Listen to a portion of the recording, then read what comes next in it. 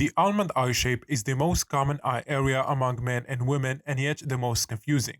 What do I mean by that? Well, I mean that not all almond eyes are made equal. Some are more attractive than others.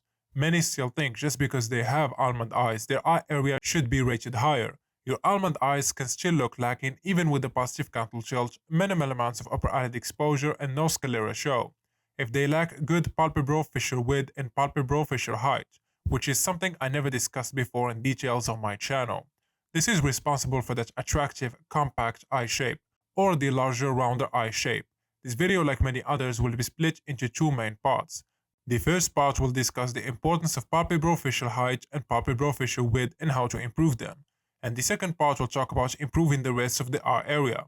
If you want to support the channel and get your face evaluated by me with personalized look max and advice, link will be down in the description. If you want to read more about topics like these, you can check out my blog at nearfacerating.com. Without further ado, let's get this video started. So let's start with the most important part, discussing the importance of the palpebral fissure height and palpebral fissure width to any eye shape. Men should have narrow eyes.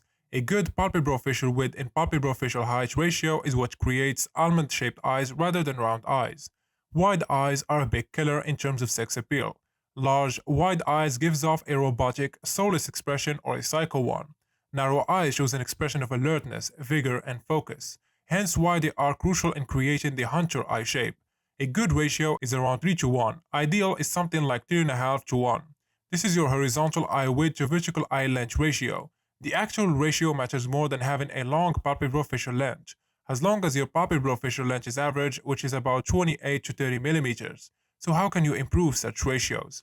To solve a bad palpebral fissure width to palpebral fissure height ratio, you can either squint, which is the natural option, or get a lower eyelid retraction, which is the surgical option. But if your eyes are just too genetically large, then I don't know of any solutions yet.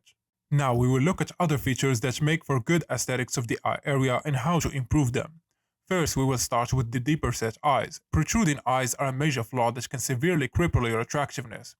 Ideally, you want your eyes to be well protected by your orbital bone, set back deep into the skull. The solution to this is either by orbital decompression surgery or a brow ridge implant. Next, we will look at the interpupillary distance or your eye spacing.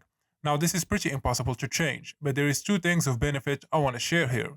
If you have close-set eyes, a long curtains hairstyle will help camouflage it. And losing face fat can change your eye separation ratio if you are severely overweight, because once you lose the fat, your bizygomatic width decreases, impacting how your eye spacing is perceived. Because when we get the eye separation ratio, we divide the interpupillary width by the zygomatic width. Next to the upper eyelid exposure, you do not need perfect hooding for attractive eyes. Minimal upper eyelid exposure, however, is attractive and will improve your eye area. To solve this, you can either get fillers or a fat graft. Next, we will be looking at something I believe to be impossible to modify even with surgery. It's the length of the medial canthus and the lateral canthus. Here we can see an example where the medial canthus is much longer than the lateral canthus, making the eyes look soft. Sean O'Brien has eyes where the inner canthus and outer canthus roughly match, making his eyes look much more balanced overall. Then we have another extreme example for this case, where his outer canthus is longer than his inner canthus due to stunt growth of his medial canthus. This also should help us understand the hype behind their eyes, even though with visible sclera show, which is a major flaw, but they have good palpebral fissure width and palpebral fissure height plus a positive canthal tilt. Minimal amounts of upper eyelid exposure and a good counter eye length, taking away from the flaw of the sclera show. So I hope this information was of help to you guys. That's it for today's video. Hope you guys enjoyed it. A like and subscribe will be highly appreciated. And like usual, catch you guys in the next one.